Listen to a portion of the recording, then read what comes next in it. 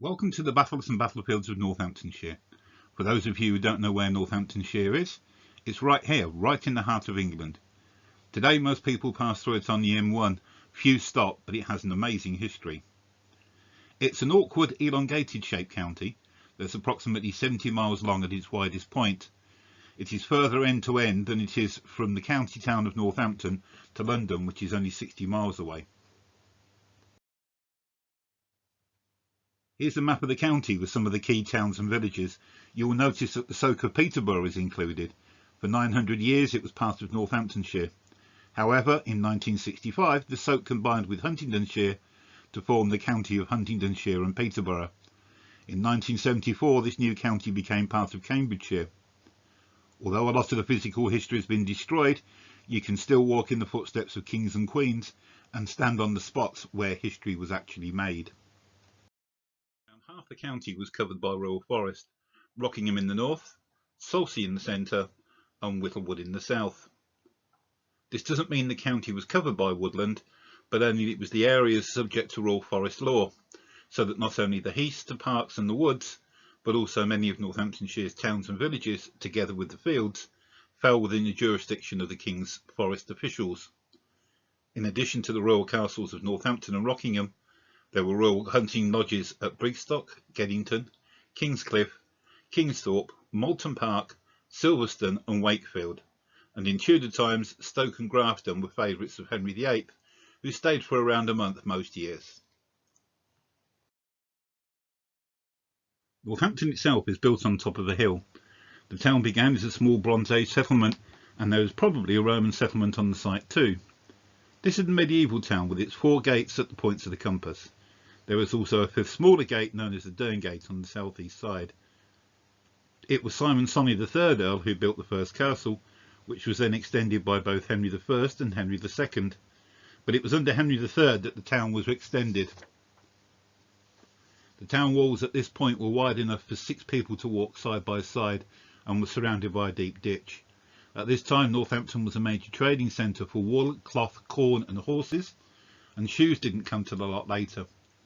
Although a large part of the physical history is now gone, the town centre is still the same shape as it was 700 years ago, and many of the street names are reminders of its amazing history. The castle was slighted and the walls torn down in 1662, after the town became a magnet for rebels. You can see here the plan of the castle from 1746. Note the motte known as the Castle Hill at the top right. The castle then extends down the hill into the river valley. This is another drawing from the 1700s showing the motte with what appears to be the remains of a stone shell keep on the top. This image is one of the surviving walls as it was being demolished in 1879. You can see from the size of the buttresses actually how big the castle was. You can also see on the left a small gateway. This is the only part that survives today and is in front of the modern railway station. This is one of the round towers before its destruction. This must have been a later modification, as round towers were not introduced until the 1180s. The town was an important religious centre throughout the Middle Ages, with 9 churches either inside or immediately outside the walls. The town had houses for every religious order with the exception of the Benedictines. The most important was St Andrew's Cluniac Priory, which had its headquarters at Charity-sur-Loire in France, and was either founded or expanded by Simon de Senlis I. Until the 100 Years' War, priors were actually appointed from France, and despite not having a house of their own in the town, the Benedictines held 39 of their 40 general chapters at St Andrews between 1338 and 1498. At least 20 of the triennial general chapters of the Austin Canons were held at St James's Abbey between 1237 and 1446. The first general chapter of the Cistercian order in England met here between 1400 and 1404, and Dominican chapters were held in the town in 1239, 1271, 1272, 1284, 1312 and 1362. Now, before we talk about the battles and battlefields, we'd like to introduce you to the Northamptonshire Battlefield Society. The society was formed in February 14 in order to promote and preserve the county's battlefields heritage. We bring together the local community, members of the public, historians, wargamers, archaeologists, reenactors and academics from all over Britain, Europe and the US, but especially Northamptonshire, and all who share a passion in Northamptonshire's amazing but forgotten history. We are continuously researching battles, battlefields and the history of Northamptonshire, and have published works on some of them. We currently have over 84 members, as well as over 1,000 friends on Facebook. 10 months of the year we have talks by specialists, historians and authors of national and international standing on a variety of subjects. This is Dr. Jonathan Foyle talking about the ceiling in Peterborough Cathedral. In July 2019 we held our first all-day conference on the Battle of Edgecote. Here is Professor Anne Parry-Owen giving her talk entitled Words, Weapons and Warfare, the Welsh Bards in the Battle of Banbury. We also have regular walks around the county's battlefields led by experts in their field. And every year on the 10th of July, the anniversary of the 1460 battle, we hold a memorial walk and lay flowers to the fallen. Throughout the year we take our stand out on the road and to both local and national events. As well as our shop, we have a mini museum with weapons and equipment from the battles. This gives people the opportunity to see them firsthand and try for size. Since we first started, an important and very successful part of our stand has been our battlefield models. With these we can explain the terrain and how the battles unfolded. This one's Northampton 1460. And this is our Edgecote model. And this is Graham Evans, the author of our innovative Northampton 1460 game in a book. Here he's playing a game with members of the public at a show. Over the years we've won numerous awards from local community, the Battlefields Trust and the Guild of Battlefield Guides for our work on preserving and interpreting battlefields. This is our latest for the publication of our Edgecote book. If you have visited us on our stand, you will have seen the banner listing all the battles in the county, and as you can see, there's quite a few. What follows is a short introduction to the battles. First, the Romans. Northamptonshire is crossed by two major Roman roads, Ermine Street in the north and Watling Street in the south. The whole of the Nene Valley is littered with villas, as well as the fortified towns at Irchester and Dura Breve outside Water-Newton. Another fortified settlement was at Lactodorum, now Towcester. There's a settlement just outside Northampton at Duston, and as for the town itself, it's hard to say. It has been suggested that the modern Horse Market and Gold Street crossroads was indeed a Roman crossroads, and numerous Roman coins have been found in Mayfair and on the castle site, suggesting a settlement, but no other archaeology has been found. We must also mention Borough Hill outside Daventry. Although largely forgotten as such, it's one of the largest Iron Age hill forts in England. It was also reused in later times, even during the Civil War. Many of the defences were, however, destroyed by farming. One of the most iconic battles in England and in early history is that of Boudicca's last battle against the Romans. There are two potential sites in Northamptonshire, one at Cuttle Mill, the other at Church Stow, either side of Towcester. There are even legends to say that she was buried in nearby Whittlewood Forest. Now it's the turn of the Saxons and Vikings. In 869 the great heathen army marched south, and Ivar the Boneless and his brother Ubba sacked Peterborough.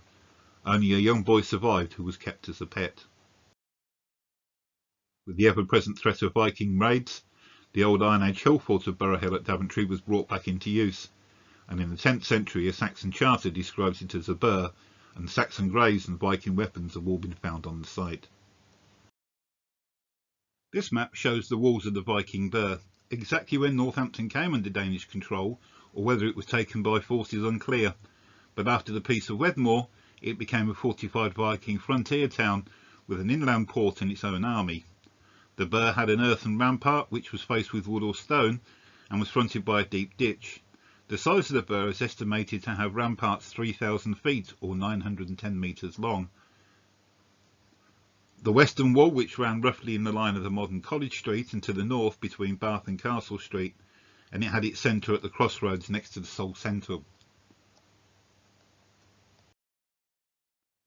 A About the beginning of the 8th century, the large timber hall next to what is now St Peter's Church was replaced by an even more massive one made of stone. The rectangular building measured 43.5 metres by 11.5 metres, with walls 1.2 metres thick. It's now buried under modern buildings. However, it's archaeologically without parallel in England. In 917, after Easter, the army rode out of Northampton and attacked Hook Norton. In 921, the Northampton army then attacked Towcester, but was driven off. Somewhere around 941, Northampton was ruled by the Mercians, when Olaf Guthrisson, King of Dublin and York, crossed the River Welland and attacked Northampton. However, he was driven away. In 1010, Thorkild the Tall attacked and burned Northampton, taking plenty of spoils with him. Then in 1065, just a year before the Norman invasion, Northampton was burned and pillaged again, this time by the Northumbrian rebel army led by Morcar. They took so many hundred of prisoners northward with them, so that not only the Shire, but others near it were the worse for many winters. The Northampton Geld Roll records 900 hides, around a third of the county, as waste as a result. Next, the Normans and the Angevins. In 1106, war broke out between Henry and his brother Robert, and they met at Northampton Castle. During the period now known as the Anarchy, Stephen frequently stayed at Northampton Castle, and in 1173, Henry's sons Henry and Richard both rose against their father.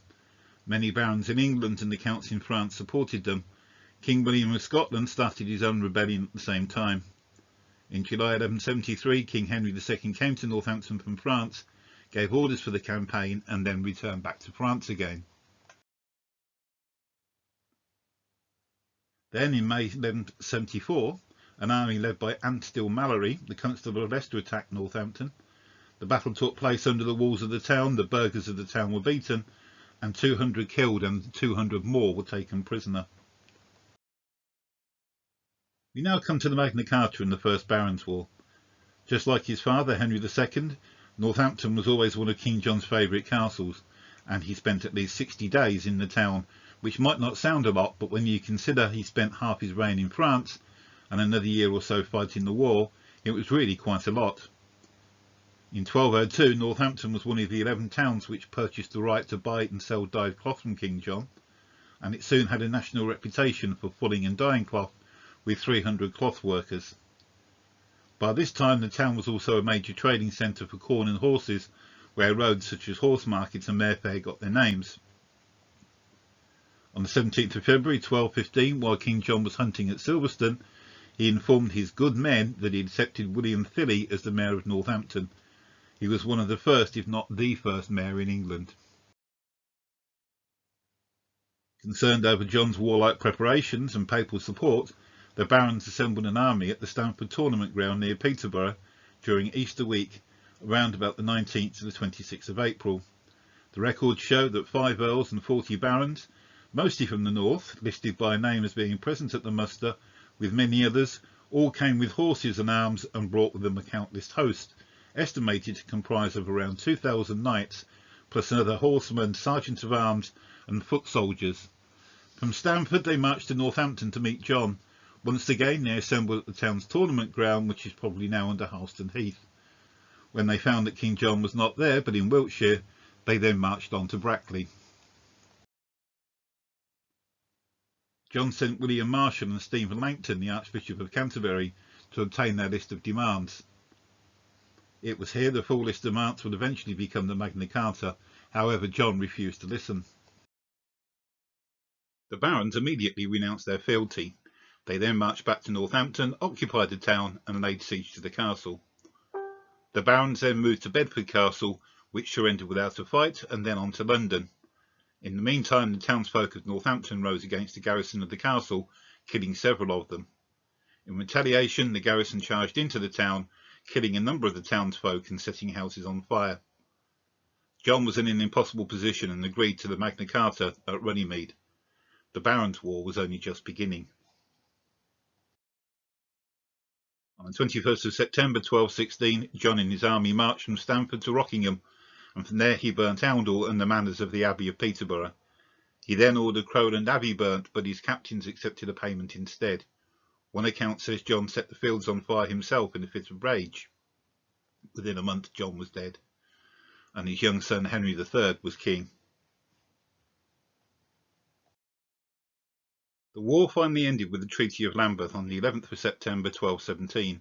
Soon after, anarchy broke out across Northamptonshire, as William de Force, the Earl of Albemarle, held Rockingham, and the new Earl of Pembroke, William Marshal II, held Fotheringay. Both refused to hand over their castles to the king. When Earl David died in his principal seat of Yardley in June 1219, William Marshal's men from Fotheringay seized the village.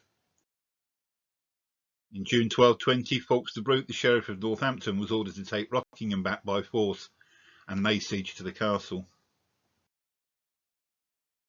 During the following January, the Earl of Albemarle, still smarting from the loss of Rockingham, seized Fotheringay Castle. It was poorly garrisoned, and helped by a frozen moat, he attacked it on all sides, setting fire to the door and killing 2 soldiers. They then ravaged the county in all directions. The king summoned all the magnates and all the armed forces they could raise at Northampton, who then took it back by force. Albemarle fled and was excommunicated by a papal legate and 10 bishops. In the spring of 1224, 3 justices found Fawkes de Brute guilty on 16 counts of appropriation of other man's land. On the 16th of June, he seized one of the justices, Henry of Braybrook, from near Market Harbour and threw him in the dungeon at Bedford. Distraught, Braybrook's wife went to the king, who was at the time in Northampton, discussing the defence of Poitou. When de Brute refused to give him up, the king immediately marched on Bedford Castle with an army. On the 15th of August, after using every known siege technique, the king's army broke into Bedford Castle. William, Fawkes' brother, and the garrison surrendered. The king had all 80 surviving members of the garrison, including William, hung. He then ordered the castle to be destroyed, and Fawkes himself was arrested and exiled. We now move forward to 1264 and the beginning of the Second Barons' War. This battle shows the strategic importance of Northampton, as it was the gateway to the Midlands. To get to Leicester and Nottingham, you first had to pass through the town. Not only that, from here you could strike at Oxford, which was only 2 days away, and Lincoln and London just 3 days. Simon de Montfort Jr. held the town at the time. At this time, Northampton was the only university in England, and the students had joined the rebels. While King Henry attacked from the south, in a wide flanking manoeuvre, Prince Edward attacked from the northwest. He eventually managed to break in, and the town was burned, and many of the citizens were killed. The next time war breaks out in the county is the start of the Wars of the Roses. This is actually a Victorian name. The Cousins' Wars is also a modern expression. It was in reality a series of unconnected rebellions. The Battle of Northampton took place on the 10th of July 1460, at the start of the phase best described as the War of Succession, which ends with the Battle of Telton and the crowning of Edward IV. The Lancastrians built a fortified camp beside Stellarpre Abbey. When the Yorkists arrived from Calais, they marched to the town, collecting cannons from London on the way. A skirmish took place on the now lost bridge outside the abbey. They then attacked the town, burning part of it down. Only then did they turn their attentions to the fortifications. Lord Grey of Ruffin changed sides and helped the young Edward, Earl of March, into the camp. The battle was over, but not before several thousand were killed, including all the Lancastrian nobles. King Henry VI was captured and led back to London under Yorkist control. The battle itself was the first mass use of cannons in England. This is the oldest known fired cannonball in England, found on the 1460 battlefield. Several more are known to have existed, but all have been lost. While the Battle of Telton was taking place in Yorkshire, the first use of cannon to batter a castle into submission in England was taking place at Thorpe Waterville in Northamptonshire. Little is known as what happened, however, records of the cannon being brought up does survive. Soon after becoming king, Edward IV met another Northamptonshire lass, Elizabeth Woodville, who lived at Grafton in Northampton. This is the church today. They married in secret in the village, and it was one of the sparks that ignited the next phase of the war, Warwick the Kingmaker's Rebellion, which began with the Battle of Edgecut in 1469. On Edgecut Moor on the 26th of July, a rebel army led by the mysterious Robin of Redesdale totally defeated Edward IV's royal army, led by William Herbert, the Earl of Pembroke. In the background you can see Edgecote Lodge Hill, where Pembroke's army camped, but were forced off by a barrage of arrows. Herbert was taken prisoner back to Northampton, where he was executed beside the Queen Eleanor Cross. By the end of the 1500s, sheep flocks were grazing in enclosed pastures in half of the parishes in Northamptonshire. A commission of depopulation set up immediately after the Midlands Revolt found that over 27,000 acres, almost a third of the properties identified, had been enclosed, resulting in destruction of over 350 farms and the eviction of almost 1,500 people across 18 villages. Although there were frequent riots throughout the 1500s, things came to a head in April 1607 when a fresh round of riots began in Hazelbeach, Pytchley and Rushton. They soon spread into Warwickshire and Leicestershire throughout May. In early June 1607, the Earl of Shrewsbury reported that the crowd of approximately 1,000 men and women had begun busily digging in enclosures on Thomas Tresham's land at Newton, 3 miles north of Kettering. Sir Edward Montague of Belton and Sir Anthony Mildmay of Apethorpe assembled a makeshift force from their own household servants and clients. On the 8th of June, after summarily executing 2 of the diggers' leaders, the gentry force charged them thoroughly with both horse and foot. At first the crowd stood fast and fought desperately, but at the second charge they ran away, and in the rout some 40 or 50 of them were slain, and a great very number of them were hurt. Many prisoners were taken and imprisoned in St Faith's Church in Newton. Several of them were subsequently executed, including their leader, Captain Pouch, who had been captured earlier in Warwickshire. We now move forward to the Civil Wars. Even before war had been declared, Archbishop Laud had said in no other county in England were there probably the same extreme defiance of rubrics, order and doctrine as was in the case of some parishes in Northants. Many of those who would become Parliament's leaders frequently met at Fawsley Hall, home to the Puritan Richard Knightley, and John Pym lived there for a while too. There were very few towns and villages that were left untouched by the war.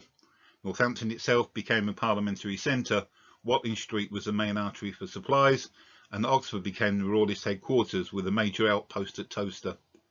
There were many Royalist raids, several led by Prince Rupert into the county, from both the north and south. Hundreds of sheep, cattle and horses were all taken, and the people were taxed heavily. It was at Northampton that Parliament's first army assembled, before going off to fight their first big battle at Edge Hill, just over the county border.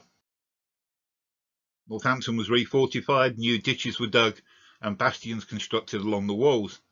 This is where we get the name the Mounts from, as it was on these they mounted their cannons. There are far too many skirmishes and small battles in the county to mention here, but they're all detailed in our new book. 2 notable sieges in the county are those of Grafton Manor and Woodcroft House. Both have their own chapters in the book as well. Now to Naseby, not only the most important battle in the Civil War, but also in the history of England. The campaign in the county began after the Royalist army took Leicester and then moved to Market Harborough. From there they plundered the Northamptonshire countryside. They even got as far as the walls of Northampton. A skirmish was also fought on Belton Green. The army then moved to Daventry, the king staying in the town, whilst the army camped on Borough Hill. All the captured cattle and sheep were then sent to Oxford. The army then moved north again, back towards Market Harborough. All this time the new model army was moving north, waiting to bring them to battle. On the evening of the 13th of June, the new model army was at Guilsborough. A patrol stumbled across a Royalist patrol playing quoits around this table at Naseby. Alerted to each other's presence, the 2 sides formed up for battle as the next day dawned. The Royalists formed up on the ridge between Little Oxenden and East Farndon. The new model formed up on the northern slopes of Naseby Ridge, near to where the obelisk now stands. However, Cromwell and Fairfax decided the position was too good and moved across the countryside. After a number of Royalist intelligence failures, they decided to give chase. The battle was fought on Cloister Hill and Broadmoor between Naseby and Sivertoft, with around 8,000 to 10,000 Royalists facing around 12,000 men of the new model army. Initially the Royalists had the upper hand, but the new model of superior numbers began to tell. The Royalist army collapsed and 5,000 were taken prisoner and about 1,000 more were killed. More were wounded in the rout that followed. The prisoners and the wounded of both sides were brought back to Northampton and were held in the churches. The Naseby Battlefield project has built viewing platforms all around the battlefield and regularly lead battlefield tours. Please see their website naseby.com and their Facebook page for full details. On the 17th of May 1743, a large number of the Black Watch Regiment deserted in London and set off to return to Scotland. They passed through Northamptonshire and were cornered near Oundle. After a brief firefight, they were taken prisoner back to London, where their ringleaders were executed and the majority of the rest sent to the West Indies, a death sentence by another name. Finally, apart from the fact that Arthur Wellesley, later Duke of Wellington, served in the Northamptonshire Regiment for a while, the county has another interesting connection with the 1815 Battle of Waterloo, but you will have to read the book to find out more about that one. Do you want to know more about these battles? Then Northamptonshire Battlefield Society's new book, The Battles and Battlefields of Northamptonshire, was published on the 1st of May and is available either directly from the Society or from Amazon. You may also be interested in our early publications, The Battle of Edgecote 1469 and The Battle of Northampton 1460, available from the Society, Amazon or Delapre Abbey. We also have heraldry charts for the 1460 battle available. We also have our innovative 1460 game in a book for 1 or 2 players, and this will give you the opportunity to have a fun game while learning all about the battle. Thank you for watching. You can find us at www.northamptonbattles.com or find us on Facebook. Thank you.